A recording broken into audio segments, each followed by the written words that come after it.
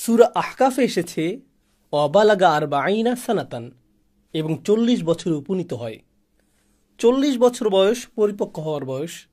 এটা আপনার জীবনের একেবারে মাঝখানের বয়স।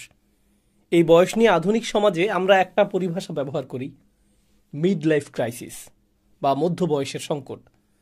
কারণ নিশ্চিত মৃত্যুর দিকে আপনি দ্রুত এগিয়ে যাচ্ছেন, তাই তারা এটাকে একটা সংকট মনে করে। কিন্তু ইসলামের ক্ষেত্রে এই বয়সে উপনীত হওয়ার পর আপনি উপলব্ধি করতে পারেন, আমার জীবনের অর্ধেকটা সময় ইতিমধ্যে পার হয়ে গেছে। অতীতের দিকে তাকিয়ে আমার কৃতজ্ঞ হওয়া উচিত। এখন নিজের ভবিষ্যতের দিকে না তাকিয়ে আমার ছেলে মেয়েদের ভবিষ্যতের দিকে তাকাতে হবে। ঠিক এই ব্যাপারটাই আলোচ্য আয়াতে তুলে ধরা হয়েছে। তো উক্ত ব্যক্তি তখন বলে, রব্বি আউজিআনি আন আশকুরা নি'মাতাক আল্লাতী আনআমতা আলাইয়া ওয়া আলা ওয়ালিদাইয়া। হে আমার প্রতিপালক, আপনি আমাকে আর আমার পিতামাতাকে যে নিয়ামত দান করেছেন তার জন্য কৃতজ্ঞতা প্রকাশ করার শক্তি আমাকে দান করুন। ইয়া রব, আপনি আমার প্রতি যে কল্যাণ দান করেছেন এবং আমার পিতামাতার প্রতি যে কল্যাণ দান করেছেন তার জন্য আমি আপনার নিকট চরম কৃতজ্ঞ। আমাদের বয়স যখন 40, আমাদের পিতামাতাদের তখন বয়োবৃদ্ধ হয়ে পড়ার কথা।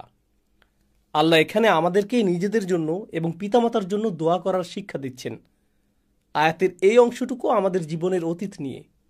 এরপর এসেছে ভবিষ্যতের কথা, ও আন আমালা সলিহান তারদাহু, আর আমাকে এমন সৎকর্ম করার সামর্থ্য দিন যাতে আপনি সন্তুষ্ট হন।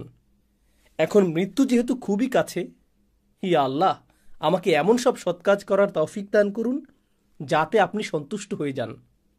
ওয়া আসলিহ লি ফি যুররিয়াতি, আর আমার সন্তানদেরকে সৎকর্মপরায়ণ করে আমার প্রতি অনুগ্রহ করুন।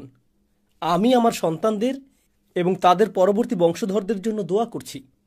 আমার জন্য তাদেরকে সৎকর্মপরায়ণ করুন। আমি তাদের কারণে তাদের জন্য উদ্বিগ্ন নই, কারণ আমি জানি বিচার দিবসে যখন আমি আল্লাহর সামনে দাঁড়াবো তখন আমাকে জিজ্ঞেস করা হবে, তোমার সন্তানদের কিভাবে বড় করেছ। যদি এই কাজ আমি ঠিকভাবে সম্পাদন করতে না পারি তখন তারাও তাদের সন্তানদের সঠিক উপায় বড় করবে না। এভাবে ক্রমান্বয়ে পরিস্থিতি শুধু খারাপ হবে, ক্ষতিটা শুরু হবে আমাকে দিয়ে। তাই আমার জন্য তাদেরকে সৎকর্মপরায়ণ করে দিন। ইন্নী তুবতু ইলাইক, আমি অনুশোচনা ভরে আপনার দিকে ফিরে আসছি।